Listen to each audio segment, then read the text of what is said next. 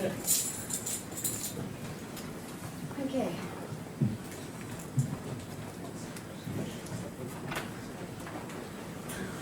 This is great, by the way. People like him that make these kind of presentations work. Yeah.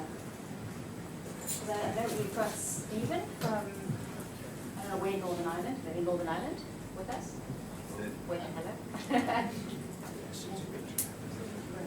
Great. So if anybody has one of those, you're going to buy me coffee for drinks.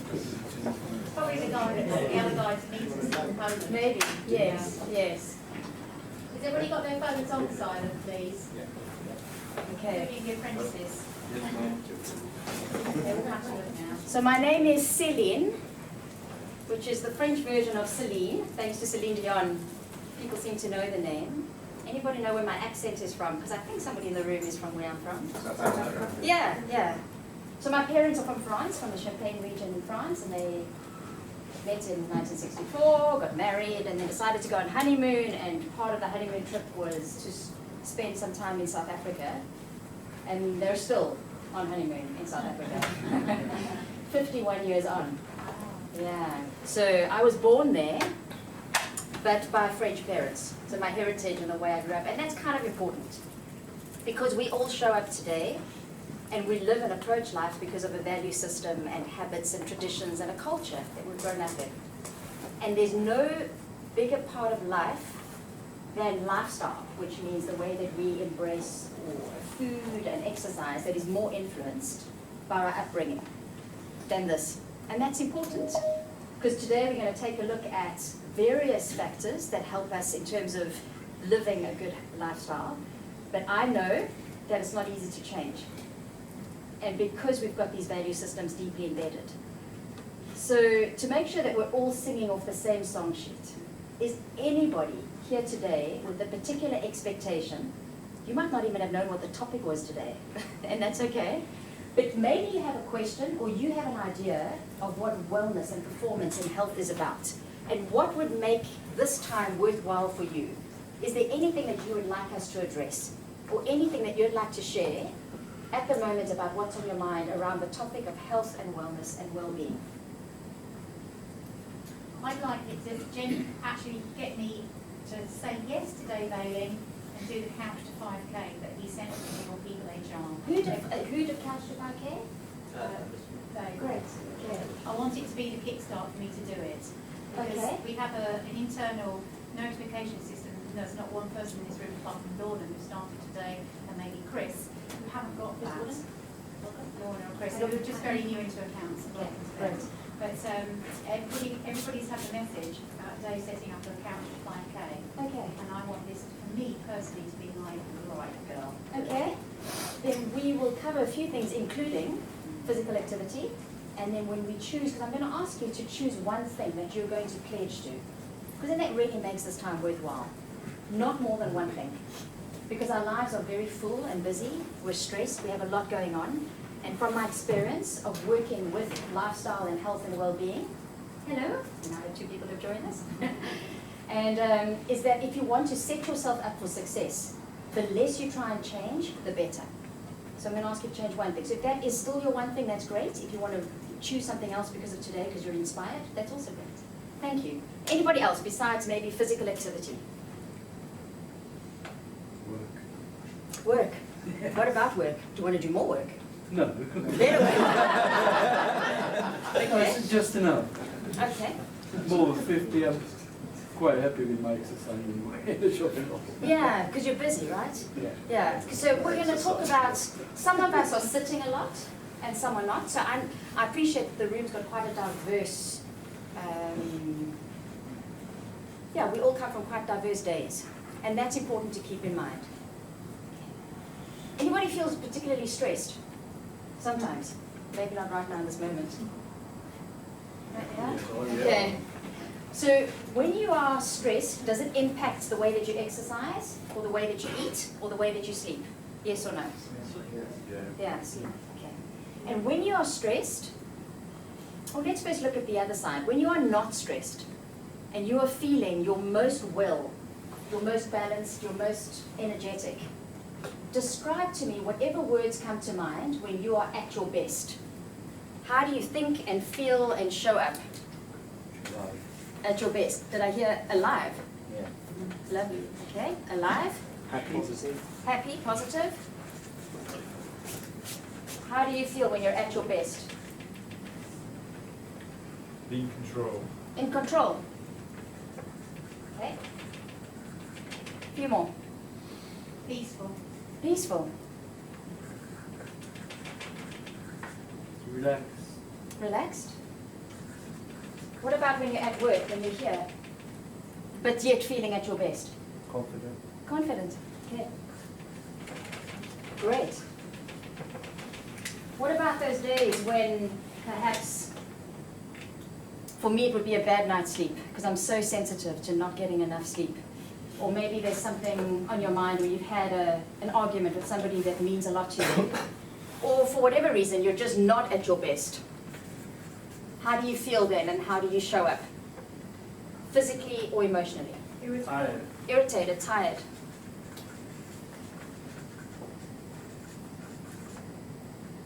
Angry. Angry?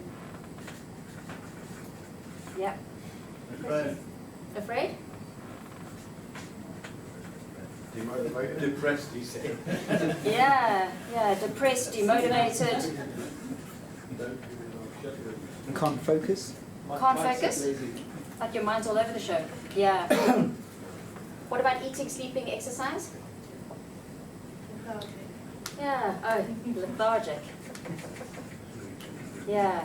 Need chocolate. Need Yes, it's a need. Need alcohol. chocolate, need alcohol. Ah, now we're getting real. Okay, thank you. Thank you. We will come back to this in a moment. So there's so much we could talk about, but I'm aware of the fact that we have about 80 minutes together. The good news is that if you enjoy what we speak about today, because for some of you, 80 minutes might be just enough. And you'll be like, that was great. You might even walk away with one or two things that you can do differently, that's even better. It might be like a light switch and something comes on and you decide to change something. It may also just be time that you become aware, because most of what I teach is awareness and choice. I can't change anything for you. I don't even have all the answers. The more I do this work, and I do a lot of this, the more I realize I teach what I most need to learn. And actually the wisdom is always in the room. So, you know, I'm the health practitioner and the expert and the dietitian, and I do this, well, I've been doing this since the year 2000, which is a long time. It's my birthday tomorrow. Thank you. Thank you. And I'm working tomorrow on my birthday. When you're excited about working on your birthday, you know that you're doing your work, which is great. So you could just become aware of something. You could actually decide to change one thing. Or you could feel that this was really interesting and you need a nudge. So it's more like not a light switch, but like a dial. And the good news for that is that Heather and Hugh have agreed that every month I'll send through some kind of information to build on what we've discussed today over the next year. So that's one way where you can also hear from me.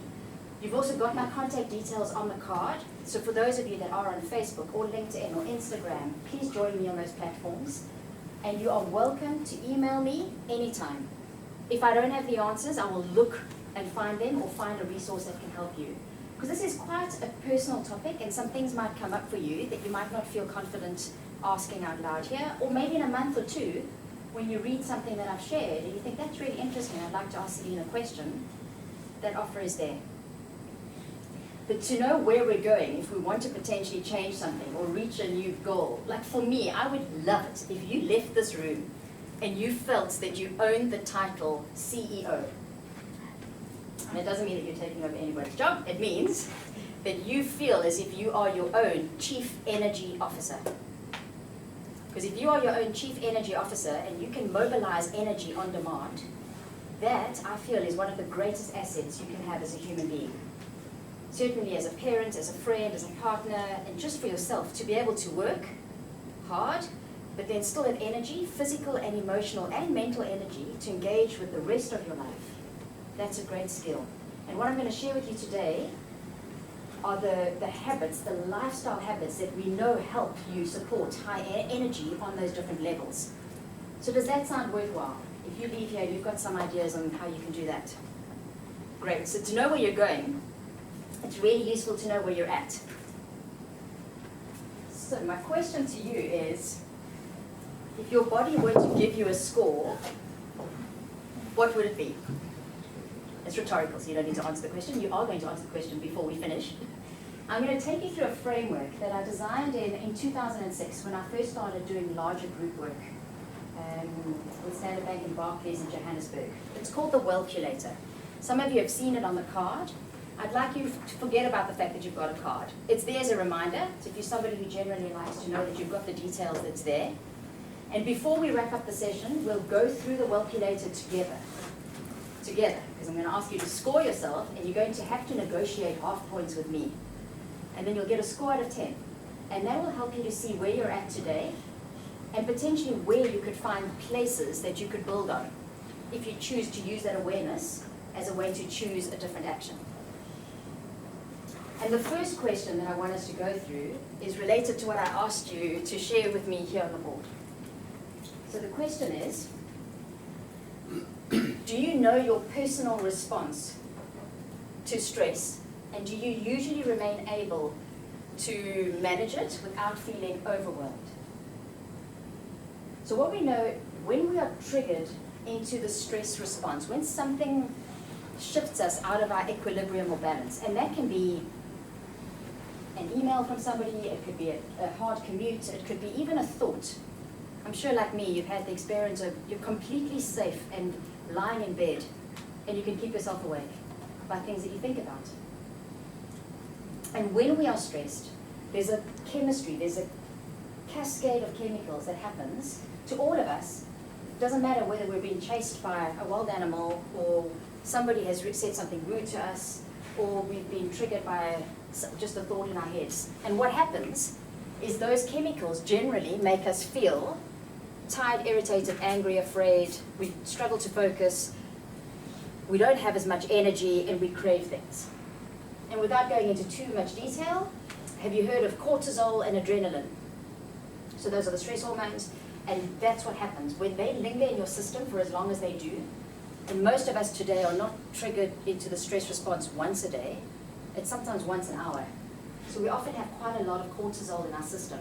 And long-term, cortisol makes you crave foods. It increases a hormone called ghrelin in your system that makes you crave sugar and alcohol. And sometimes salt, if you've got low blood pressure as well. Your energy drops, that's because of the impact on your blood sugar. It goes up and down. We might struggle to focus and feel depressed or anxious, and that's because of the impact on the brain. I love being about science, but what I also love doing is making it simple. And one of the things that happens is your lizard in your brain hijacks your wizard. So the lizard part of the brain is when the stress response gets triggered. That's what makes you, what makes me hungry and angry. And I become irritable, and you can't focus, and that's because of how we are wired. Because if we were in the wild and we were being attacked by an animal, we'd have to decide to either, you might have heard of the fight or flight or freeze response, and that's what your body's preparing you for. So all of that to say, we can't stop stress. We can, though, build our resilience. So this is one of the tools that you could have in your toolkit around managing stress. And maybe some of you in the room do this already. Does anybody use breathing as a tool to manage stress? Just lift your hand if you do. Okay? Because when we see somebody having potentially a very strong stress response, I don't know if you've been near somebody who's got terrible news, or they've been in an accident and they can start hyperventilating, and you can see them going into stress. What do we tell them? Breathe. Breathe. Yeah.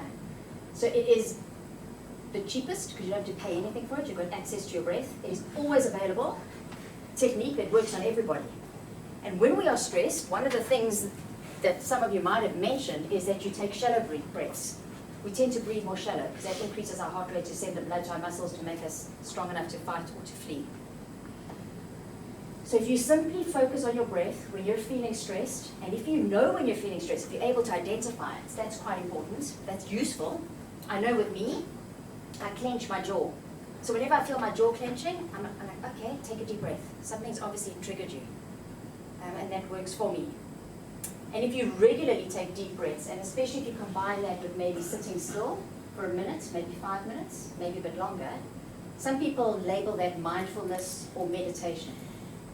But you do not have to go off to India and live in an ashram to meditate.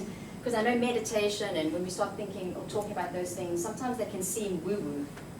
But they're incredibly powerful, and the science shows that even in 1 or 2 deep breaths, especially if you lengthen your exhale, you start releasing another hormone called oxytocin that does the opposite of cortisol. So it reduces all these things. And deep breathing, of course, combined with a few other things that we're going to chat about today, can help you feel more of these things. I'm going to introduce you to somebody who shows how you can use this technique anywhere, really, when you're maybe standing waiting for the photocopier to print out something, or you're brewing a cup of tea.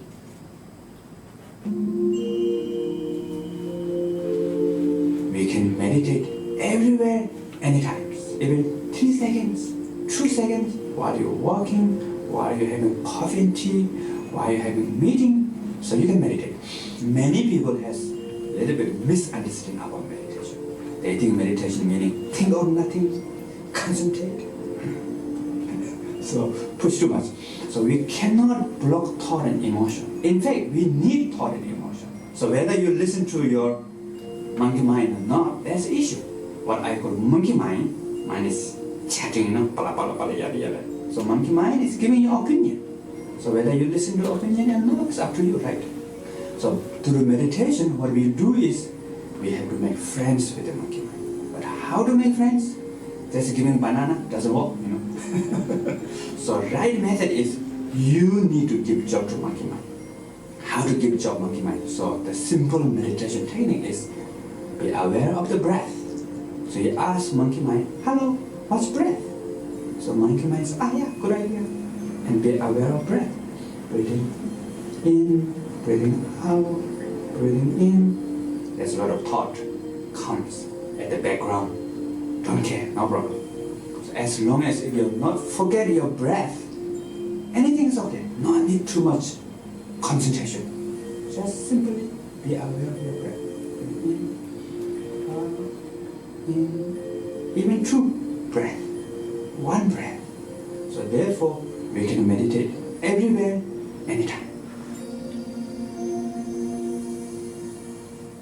So if you choose to, as you sit here, because if you've been quite busy and you're used to being on the go and now you're sitting still, we won't sit all the time. I might ask you to stand and do a few things. And on that note, you are in charge of you. So if I ask you to do something you don't want to, that's cool.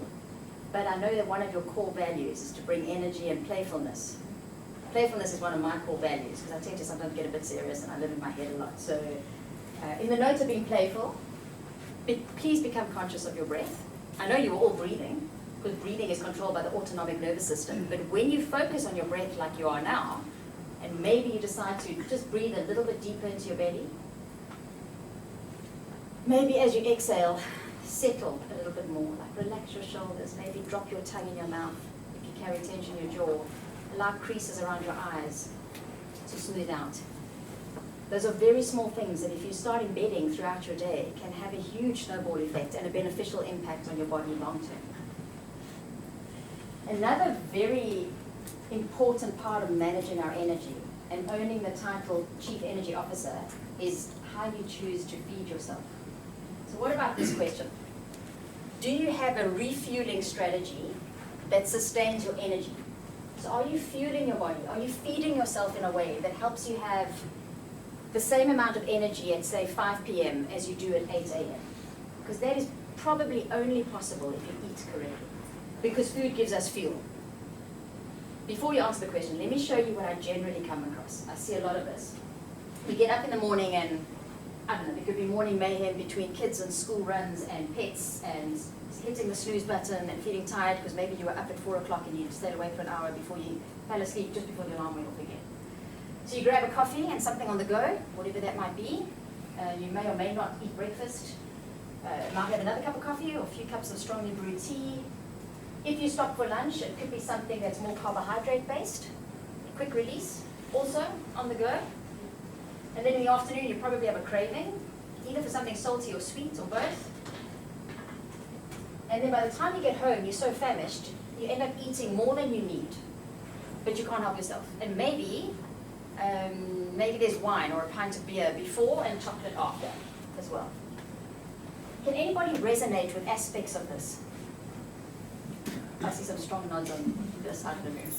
Okay? Okay. Who skips breakfast? Quick show of hands. Okay. Who tends to have quite a bit of coffee in the day? Maybe we skip meals in the day. Who does stop for lunch? Who sits down to eat lunch and stops doing the work that you're doing for at least 15 minutes? Okay, very few of us, about 4 or 5 hands. Who tends to have a craving for something in the afternoon? Yeah? Who knows that they probably eat more than they need at night, but it's when the whole family's together and you're eating? Okay. Okay. I see some of us didn't put hands up at all, which means you have a different strategy. I'm going to show you mine, and I'd love to know what yours is, especially if it's working for you. Because each of us are different, and there's no one blueprint fits all. We kind of know, like when we look at populations that are living the longest and they're healthy, I think that's a good guide. When you see in Okinawa and Costa Rica and Sardinia, where people are living to over 100, without Alzheimer's, depression, diabetes, hypertension, and heart attacks, I pay attention as a health person. And what they tend to do is eat in a way that I'm going to show you in a moment. So why this is important is because behind what you eat, your food impacts your blood glucose. So that's what this white line represents. Your blood glucose, or your blood sugar, like we often colloquially say, is what manages your energy. How do you feel when your blood sugar is low? Who's had low blood sugar recently? Because you skipped a meal, or maybe you ate a bit too much of the wrong stuff. We often feel a lot like this, right? Because when your blood sugar drops, you trigger the stress response. What happens when your blood sugar goes too high? You won't feel that unless you're diabetic and you're testing it. We don't feel it, but it causes lots of damage. It damages our blood vessels, and it increases insulin, which just makes it easy for you to store weight, and your immune system is not that strong. So ideally, we want to try and regulate our blood glucose better. One of the ways to do that, this is what works for me, and I do not do this all the time. I try and do this 80% of the time. Because if you do something 80% of the time, the Pareto principle, 80-20, you will still get great results. I think it's when we actually set ourselves up on a Monday morning for perfection and trying to do everything right, that we end up letting ourselves down by Tuesday or Wednesday afternoon. So if you're doing something most of the time, which is 60 to 80%, you're doing great. In the morning, if you wake up, actually before you eat, hydrate. Who's in the habit of having a pint of water like as you wake up?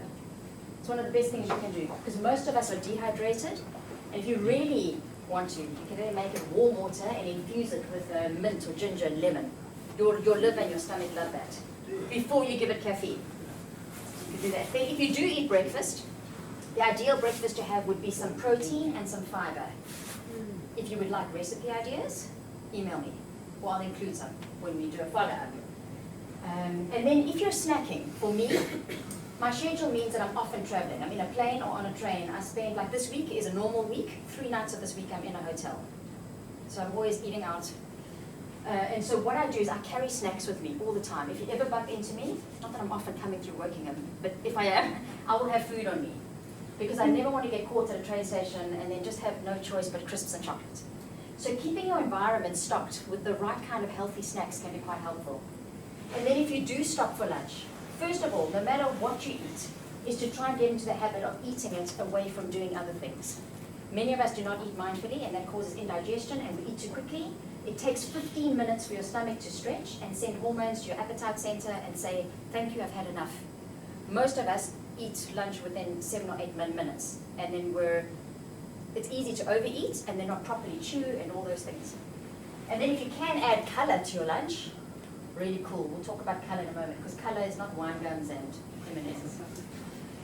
Then in the afternoon, this is when we often think we want to eat, but we are usually dehydrated, so we need water, or we need to move our bodies and maybe get some oxygen. So before you eat, is to maybe just stretch, have a glass of water, and then decide, do I really need the bag of crisps? Maybe 1 time out of 2, you might say no. And by doing that, you might not overeat at night. And I can't tell you how many people I've worked with that by simply eating a bit less at night without going on a diet. We don't do diets. What are the first 3 words of the word diet?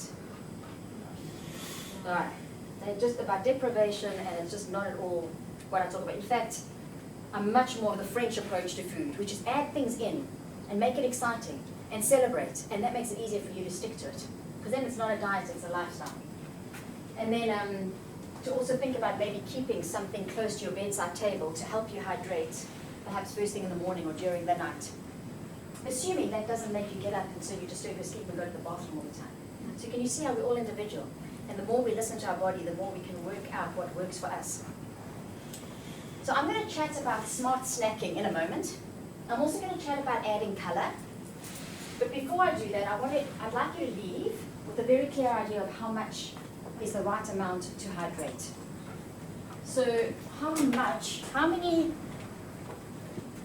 water do you need? Depends on your height, weight. Did you say 3 or 2? 3. 3, okay. Could be 3. Depends on your weight. Day. You can take the rest of the day off, but only after we finish, if that's okay. Because that's right, yeah. It does depend on your weight. So ideally you need 1 glass. This works well in kilograms. Per 10 kilograms that you weigh. How big is the glass? Good question. 250 mils. So some of us, because a lot of us hear about 2 liters a day, and I think, did you say 3? Okay. Because if you're a guy, you might need 3. Yeah, yeah. He's very tall. I don't need 3. I need 5.5. That's easy maths. Yeah. Yeah. So and also the more vegetables and fruits that you eat. 5.5 glasses. Not liters, no. No, I feel like I was drowning then. And the more fresh produce you eat, that also contains a lot of water. But if you find that you get a headache in the afternoons and you feel tired and your energy drops and you're hungry, because sometimes when our mouth is dry, for some of us, that can be a trigger to eat.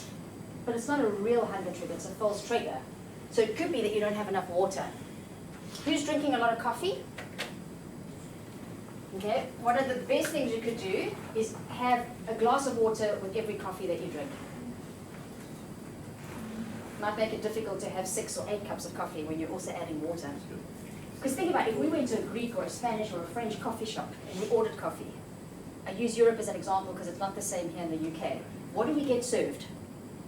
Tiny. A tiny, yeah, like a double shot kind of coffee. Like, even if you say café grande in France, like they bring you a coffee that's like a flat white, it's still short.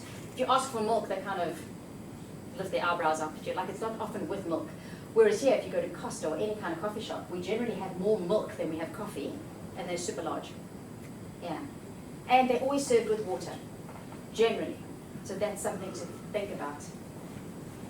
Who has snacks with them at the moment? If I told you I was a bit hungry, could you give me a snack?